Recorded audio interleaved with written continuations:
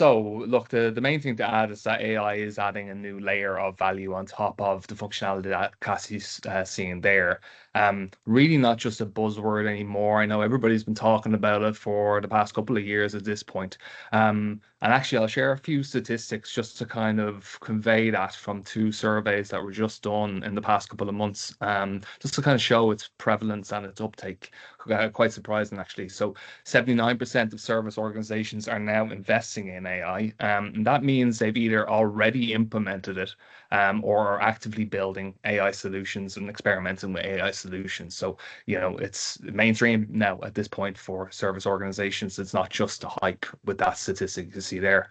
And this one really honestly surprised me. It was an anonymous survey. 81% of field technicians want AI agents to make their job easier.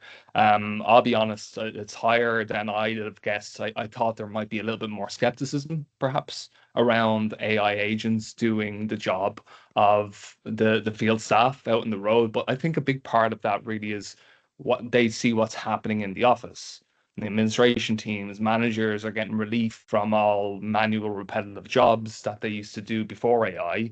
It's like maybe it's a certain like fear of missing out or FOMO almost, but in a good way, right? So technicians are seeing those office staff shed some of their busy work. They're thinking, why can't we get that in the field also? And they're ready for an upgrade and a better way to spend their time and spend their skill set, right? Because some of these guys are highly skilled and they should be doing what they do best. But the last one I'll just convey here, the flip side of that as well, right? So 66% of field technicians are experiencing monthly burnout. So it's a demanding job, right? At least once a month, this is as well. So like 2 out of every 3 field professionals will feel the pressure build or pile up. So when customers are the only, sorry, when the field technicians are the only people that your customers see, having that support and being able to deliver that support is more critical than ever. And they might be the only face of your company out on the road. So that burnout is real, it's widespread, and it's probably driving that statistic there in the middle in terms of their eagerness for the technology, and something that actually helps them right where the work happens. So that's just 3 interesting statistics, and again, some surveys that were done in the past couple of months and anonymous surveys as well, just for some more validity to it also. Let's talk about Agentforce for field service and some of the new functionality that Salesforce has rolled out. There's a lot there on the screen, right? Salesforce has 3 major releases per year, but they put in a lot of time and effort into fleshing out the functionalities of each of the various different clouds. I don't have time to go through all of these today.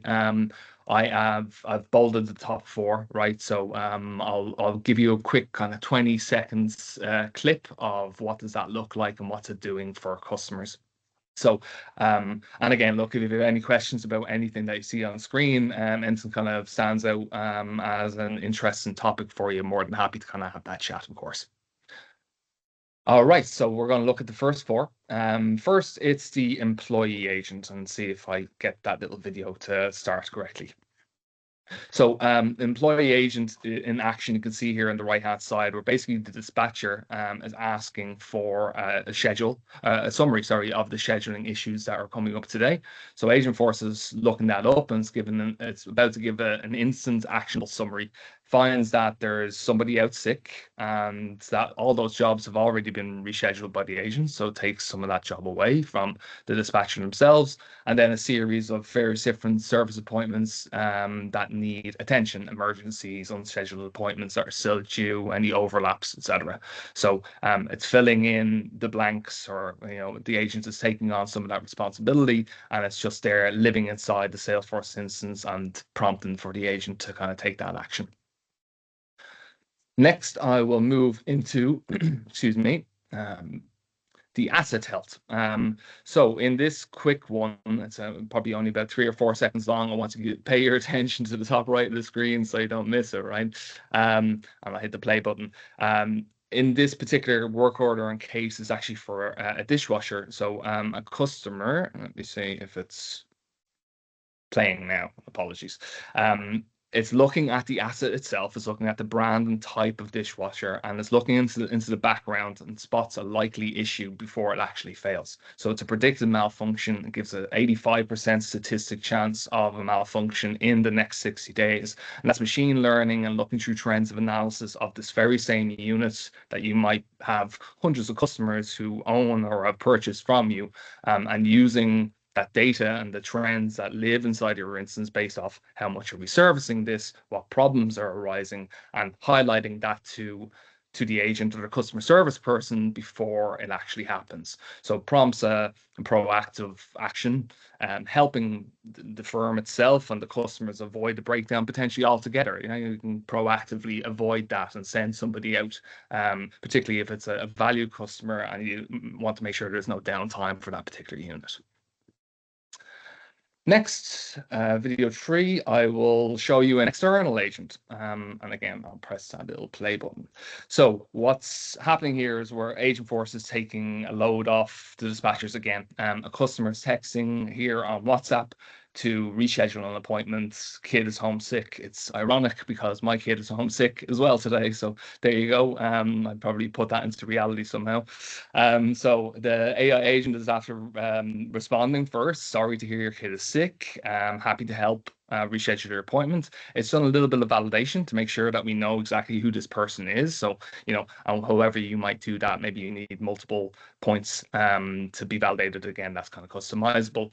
But ultimately, it's after providing 4 potential slots or options for the customer, all in seconds, just looking again into that kind of same dispatcher console, understanding the people, the resources, the skills, everything that Cassie showed, and leveraging that data to offer the customer some options instantly in a matter of seconds without a dispatcher having even to intervene for that.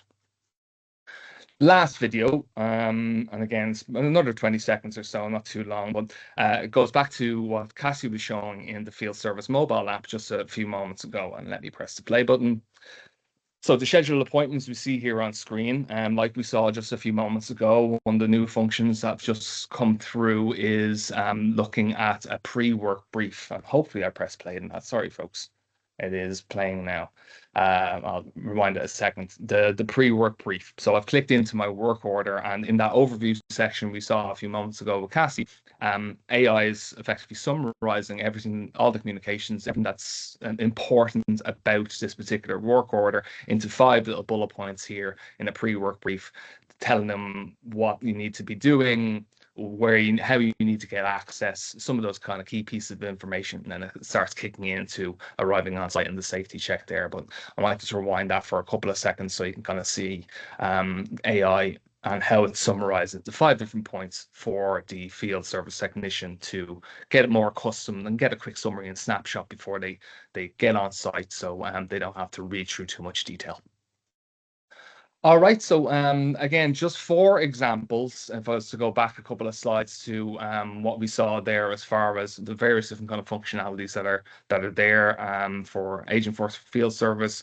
They're coming along quickly, right? The list was shorter, barely, I'd say 2 months ago, so Salesforce are adding to this continually as time goes on. And those generative AI functionalities, not just for field service, of course, for the sales cloud, service cloud, the kind of foundational aspects of the CRM that field service is another layer upon. They're equally getting various different AI functionalities added to it practically every week, I would say, at this point. So really, to wrap up, I'm going to flick through my slides again because I went backwards. AI is adding really game-changing value to field service.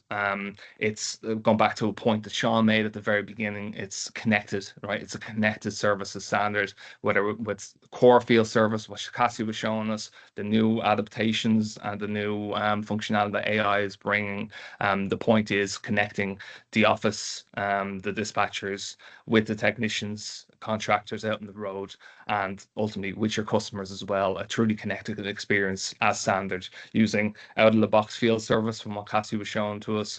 Look, that's another point, is probably in the middle of that slide. We're conscious that some people are still working off Excel spreadsheets or whiteboards, like Sean was saying. So walking and not running is probably solid advice in that regard too, right? Again, the foundations down.